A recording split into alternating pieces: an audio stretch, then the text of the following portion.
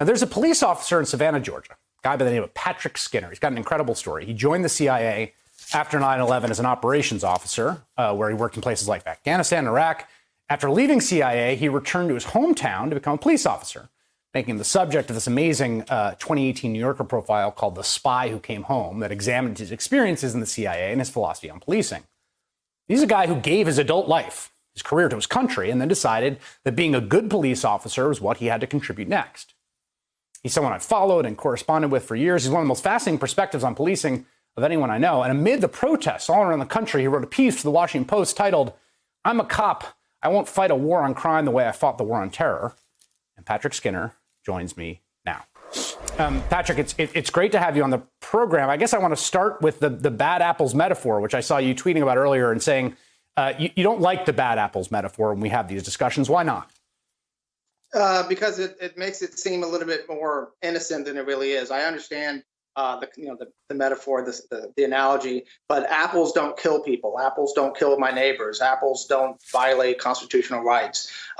Language is important, and if we keep making it cute, I understand it, but you should just say bad cops ruin policing. I get the apple metaphor, but we're kind of past metaphors now. As someone who works as a beat cop day after day, when you look at that video in Buffalo, when you look at the group, the sort of individual police officer who shoves the man and then everyone else's reaction, what do you see?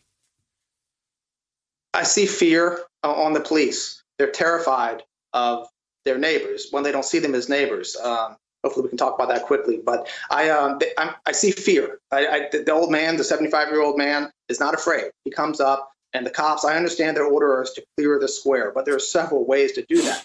And it's just, the guy touched a police officer. Oh, my goodness. And then they pushed him, or they enabled him to fall. Whatever metaphor, they pushed him, and it's an assault, and it's wrong. And it just shows how afraid we are of people. And we're afraid because we're constantly told we're at war, we're on a war on crime, we're warriors. And I reject that with every single part of it. Yeah, you wrote this. I'm a cop. I won't fight a war on crime the way I fought the war on terror. We need to change our mindset about what it means to police in America. In my limited experience as a police officer in a high crime, high tempo city, I and my colleagues who train me have tried a different mindset, a neighbor mindset. What's the difference, as someone who was active in what's called the war on terror in intelligence services in your previous career, the policing you're doing now, between the warrior mindset and the neighbor mindset?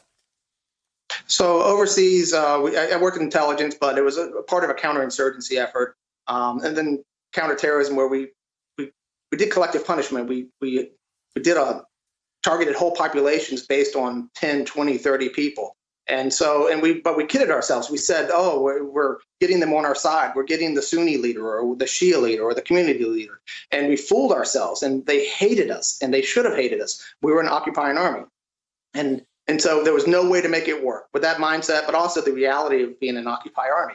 And so I come back here and I live here. I live, so it's not a metaphor for me, it's a reality. These are my neighbors. And I realize we're fighting this as a war on crime.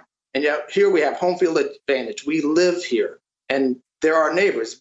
This is not enemies. And I'm just tired of being afraid of my neighbors. So I stopped.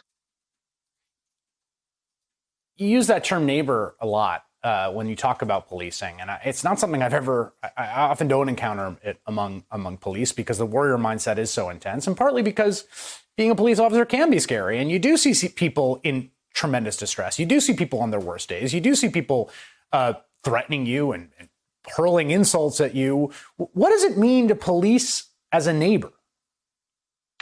I think it's a mindset that, what you say is what you believe, and what you believe is what you do. And so I'm very intentional about it. I only use it because I reject the term civilian because I'm not in the military. We're cops. We're not warriors. And so I just say that these are actual neighbors, and it means everything. You're not going to put your neck on or your knee on the neck of your neighbor. You're not going to be afraid of them at all times. And this fear, it's devastating. I can't explain it. We want to make it an issue of training. I've already seen it. We're like, oh, we just have to change the training, a couple de-escalation. That's not it. If you have a warrior mindset, you can't de-escalate. And so I always I'm a training officer now. My department's very supportive of me. And I always say, if you didn't have a badge and a gun, how would you handle this 911 call? And whatever you come up with that is thoughtful, legal, and kind, try that first. There was news today on this, and you said your department's been supportive of you, and you're on television right now, which I really appreciate. There was news out of Buffalo today that really kind of broke my heart, I have to say, after seeing that video, that the Buffalo police officers en masse resigned from that unit. That was the emergency response unit, not out of shame for what happened, in protest of the suspended colleagues who shoved the man 75 to the ground. This sort of closing ranks, I get it. I understand the psychology of it, but it just seems like such an obstacle to progress here. It's one of the obstacles. I mean, our nation needs to change the mindset of what it means to be a police. But I am a huge supporter of unions. I think they built the middle class. I love unions, but I'm in the South. I'm not in a union. There isn't a police union. I can be fired tomorrow. And so police unions, they protect the police, and they forget the protect and serve part. They're protecting the police. That is not the police's job. And it would be great to have better benefits and more pay, but the accountability to my neighbors is far more important. And so I don't support the police unions doing this. The statements they put out, attacking politicians who are their leaders or their supervisors, that's insane and it's counterproductive. And that is a warrior mindset that we have got to change.